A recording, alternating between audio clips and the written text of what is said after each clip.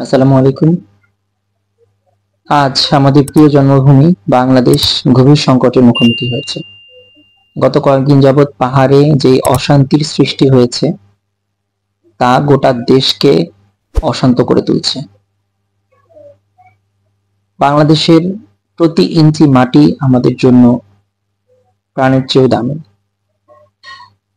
বাংলাদেশের ভূখণ্ডকে রক্ষা করার জন্য যা কিছু করা দরকার আমরা করতে প্রস্তুত।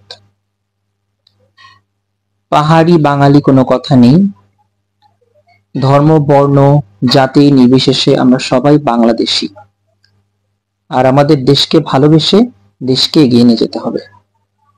অন্য কোনো দেশের মদদে নিজের দেশকে অশান্ত করার কোনো প্রচেষ্টা আমরা কখনোই করব না। পাহাড়ে যেই সংঘাতের সৃষ্টি হয়েছে তা অত্যন্ত উদ্বেগজনক এবং ভাববার বিষয়।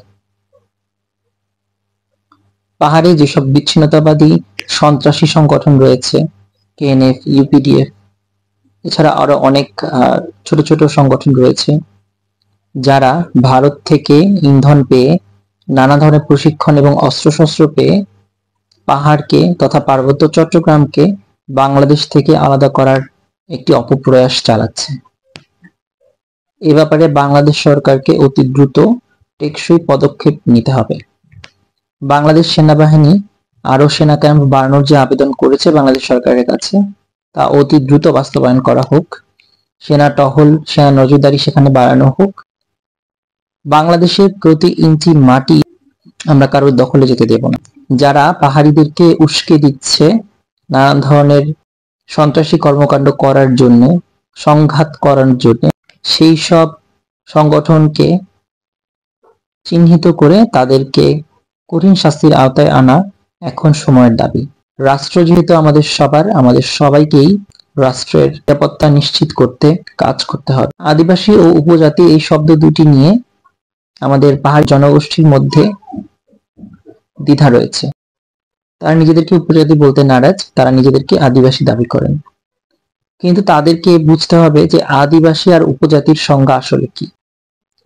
আদিবাসী হলো তারাই যারা একটি ভূমিতে আদিকাল থেকে বসবাস করে আসছে, তাদের ঐতিহাসিক লিগ্যাসি রয়েছে, তাদের পূর্বপুরুষরা এই ভূমিতেই থেকেছেন, তারা ঔপনিবেশিক শাসনের দ্বারা নিগৃহীত হয়েছেন।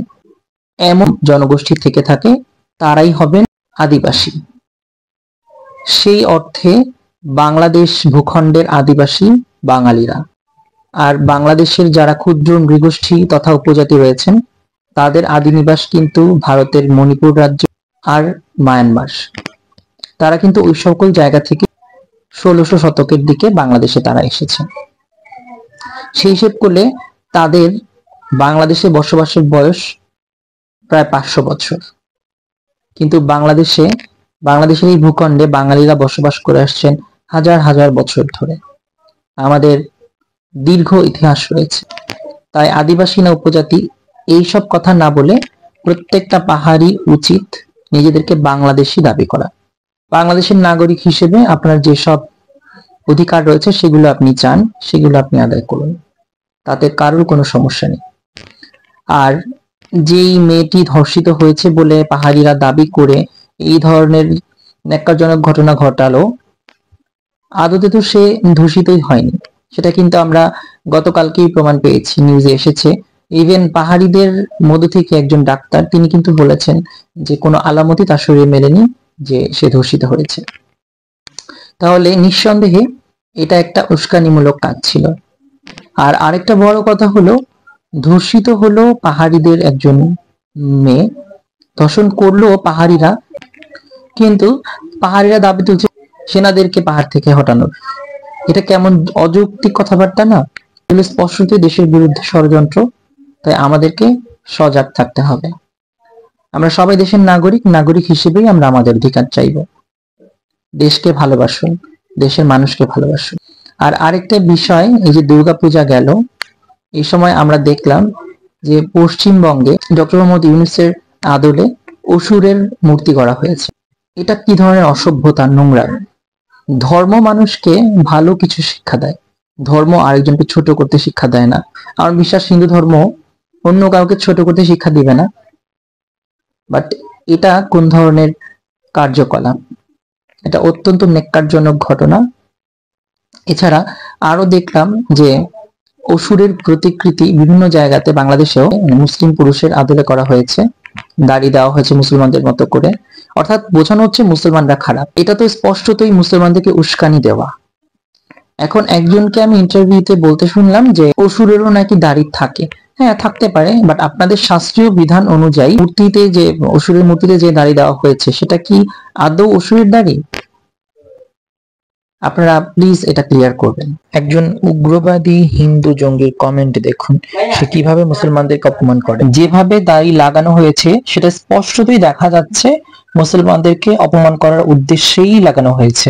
কাজটা অত্যন্ত গর্হিত কাজ, একটা অন্য ধর্মকে অপমান করা। অসুরের দাড়ি নিশ্চয়ই গোঁফ ছাড়া ছিল না, আর মুসলমান স্টাইলে নিশ্চয়ই অসুরের দাড়ি ছিল না, তাই না? তো এটা কেন করা হয়েছে আমি জানি না। এটাতে তো স্পষ্টই বার্তা যাচ্ছে যে মুসলমানদেরকে অপমান করার উদ্দেশ্যেই এটা করা হয়েছে, মুসলমানরাই খারাপ, অসুর মুসলমান। তো এই ধরনের জঘন্য ছোট মানসিকতার কাজ সামনে আর হবে না আশা করি। যে যার ধর্ম নিরাপদে সঠিকভাবে পালন করুক, এটাই প্রত্যাশা, কিন্তু অন্যকে অপমান করে নয়। সাম্প্রদায়িক সম্প্রীতি রক্ষার দায়িত্ব একমাত্র মুসলমানদেরই না, সবাইকে সাম্প্রদায়িক সম্প্রীতি রক্ষা করে চলতে হবে। ভারতে মুসলিমরা অবর্ণনীয় অত্যাচার, কষ্ট সহ্য করছে, সেখানে আমাদের ধর্মীয় কাজগুলো করতে মুসলমানদেরকে পদে পদে বাধার সম্মুখীন হতে হচ্ছে। অথচ তারপরেও মুসলমানদেরকেই অসুর রূপে দেখানোর অপপ্রয়াস চালানো হচ্ছে, যেখানে আসরিক তথা অশুভ কাজ করে যাচ্ছে কট্টরপন্থী হিন্দুরা। আশা করব সকলের শুভবুদ্ধির উদয় হবে। ধন্যবাদ।